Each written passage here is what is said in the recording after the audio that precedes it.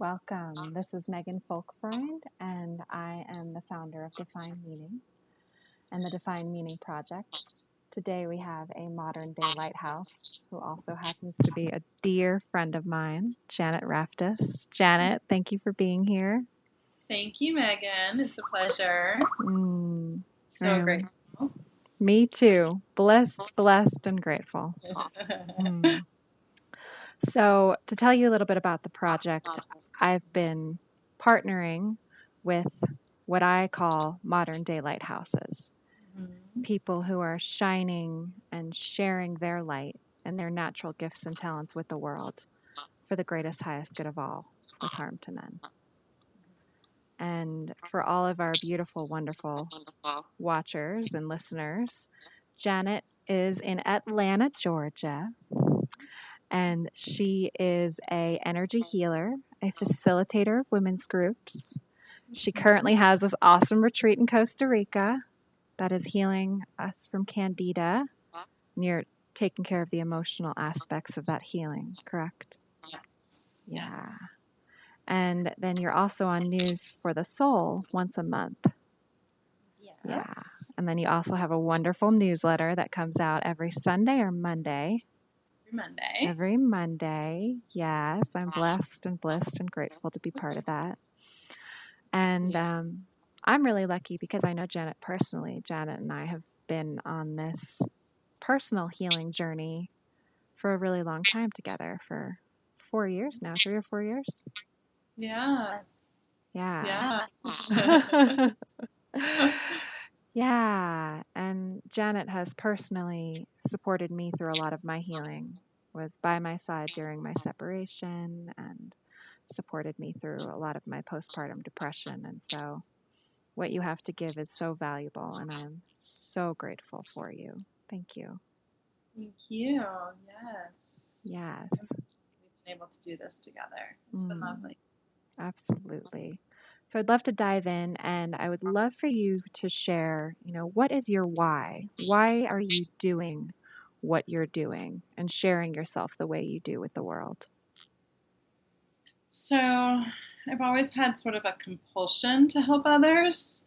I've always been very empathetic and sensitive, and so I've always sensed when other people were not feeling well, when they were sad or angry or frustrated, and it's always just, I don't know, seemed like, oh, I need to help that person. I've just always been a healer in some way, shape, or form. And then but I didn't really know or understand that.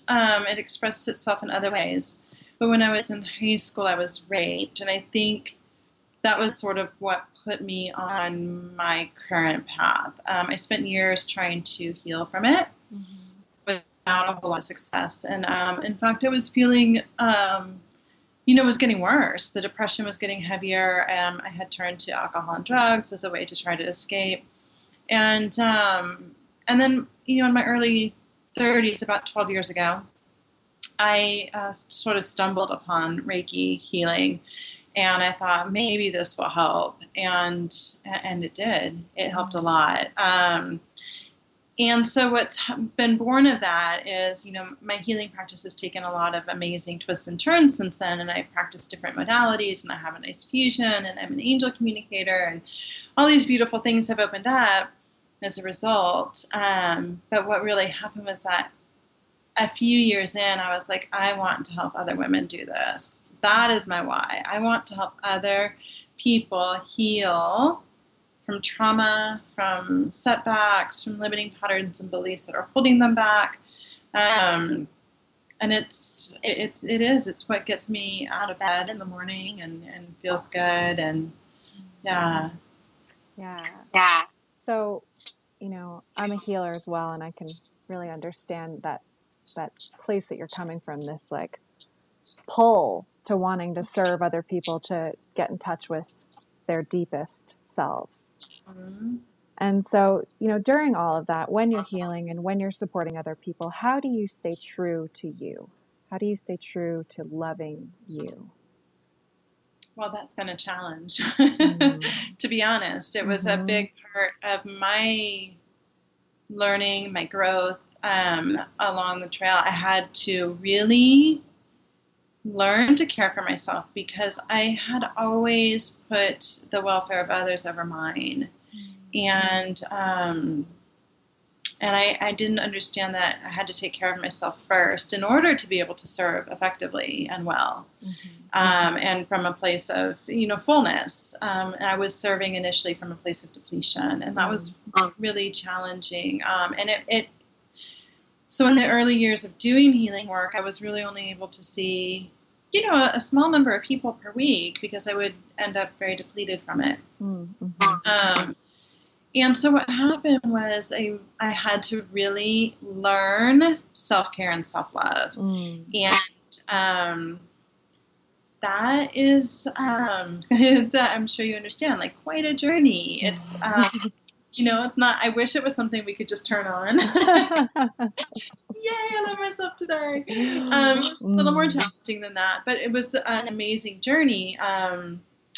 And what happened was that as I really, really dedicated myself and put myself as the number one priority in my life, I'm getting a little teary just thinking about it. I had more love for others as well. I really did start to fill up from the inside. And once I filled up on the inside, the outside really took care of itself. And so now it's a practice. I have to sometimes remind myself, I have to actually put a day off in my calendar, all the way through the whole day so that I honor it. And it's still hard for me to say no. If somebody says, do you have an appointment available on Monday? It's hard for me at times because I think, oh my God, this person really needs healing. I have to remember that in order to serve all, I have to take care of myself first.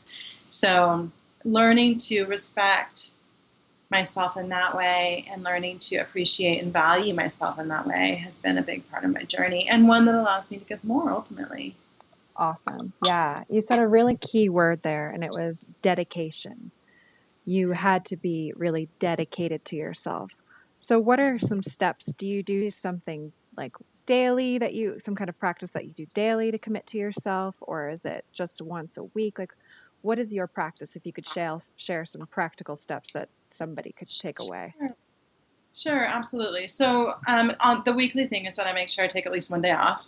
But on a daily basis, I feed myself by meditating, praying, feeling my conscious connection to my higher power, to spirit. I really spend a lot of time just appreciating the small things about myself. It took me a long time to be able to see my reflection in the mirror with love.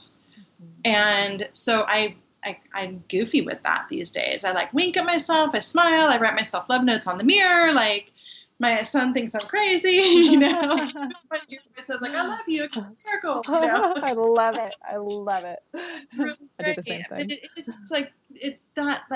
I feel like on a day-to-day basis, it's just really trying to maintain that connection so that I can come back to myself over and over again. I also make sure that if something doesn't feel right to me now, I used to do it anyway. I used to feel like a sense of obligation to do things for others, even if it was going to be harder on me or deplete me in some way.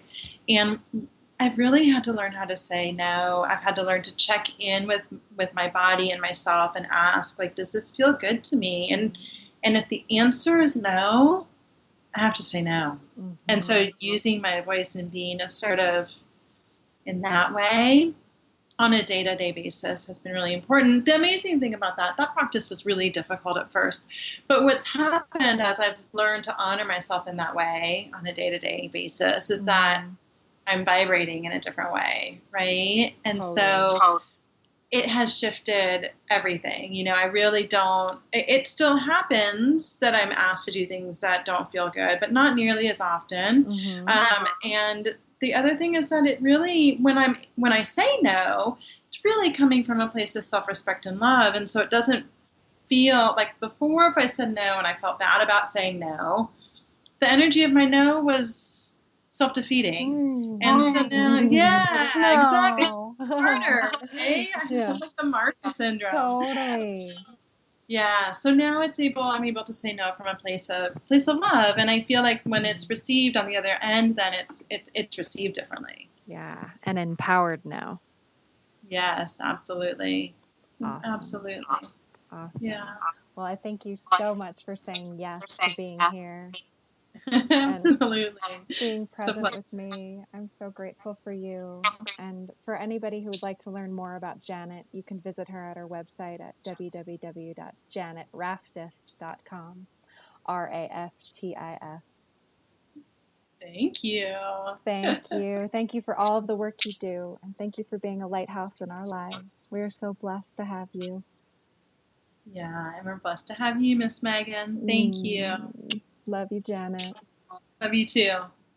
Bye. Bye.